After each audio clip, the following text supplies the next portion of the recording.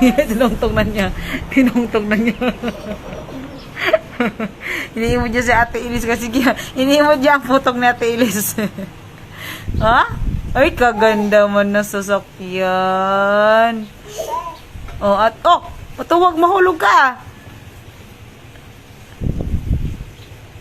At si kaso ka ni Ate.